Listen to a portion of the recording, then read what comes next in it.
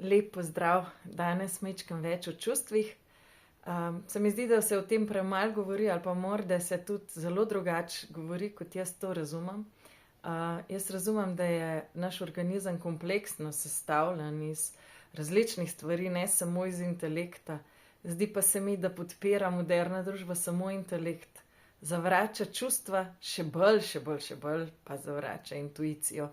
Jaz mislim, da imamo mi, tako kot imamo več čutil, da vidimo, slišimo, vohamo, čutimo, imamo tudi teh plasti našega čutenja, bivanja naše duše več.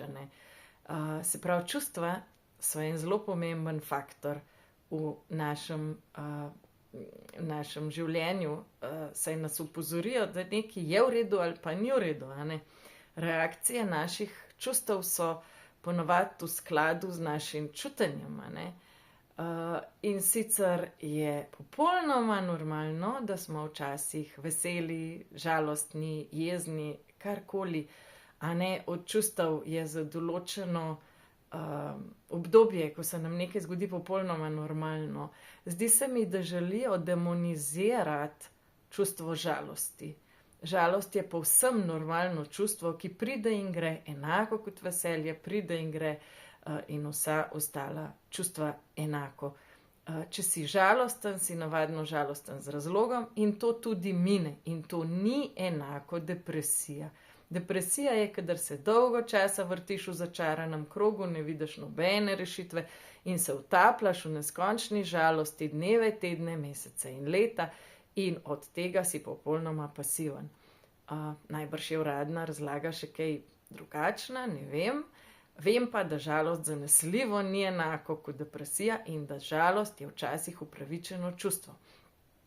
Pri nas, ki imamo redke bolezni, ki jih označijo za fibromialgijo, je navadno tako, da letamo od Poncija do Pilata, da bi dobili neke izvide, teste, da bi končno nam potrdili neko bolezen, potem ko nas pa odpravijo s tem, da imamo fibromialgijo, ker drugega popolnoma nič ne najdejo, nam zaloputnejo vsa vrata. Ljudje zelo bolani hodijo še naprej v službo, se trudijo, jejo zdravo, spremenijo način življenja, upoštevajo navodila zdravnikov, pa še kar jim gre na slabše. Potem jih še družina začne zmerjati ali pa zavračati ali pa jim ne nudi podpore. V službi se dogaja enako in normalno je, da človek občasno rata ob tem tudi žalosten, kar ne pomeni, da je depresiven.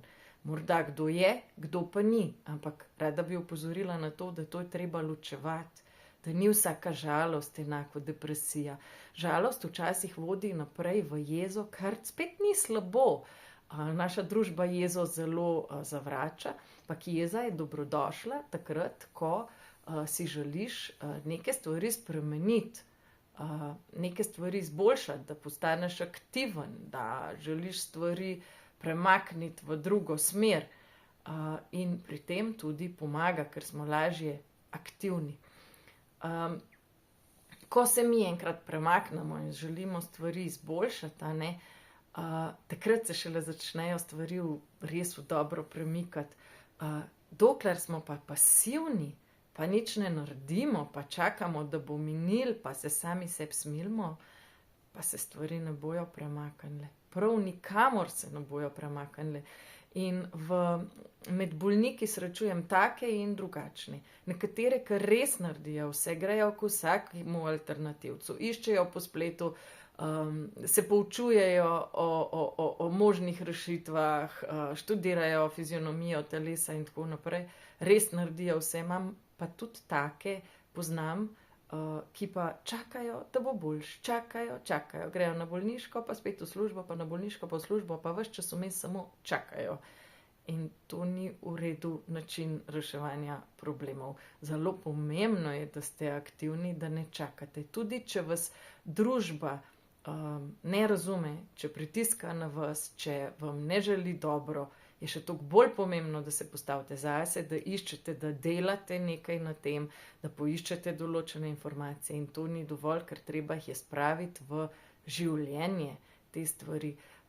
Treba je neke stvari si razložiti in probati iskati rešitve na druge načine, ne samo čakati tudi uradnih inštitucij, da vam pomagajo, ker večinsko vam ne znajo, ne da vam nočijo, ne znajo, ne zmorejo, nimajo ne časa, ne znanja, ne energije, zato si morate pomagati sami z raziskovanjem in delovanjem.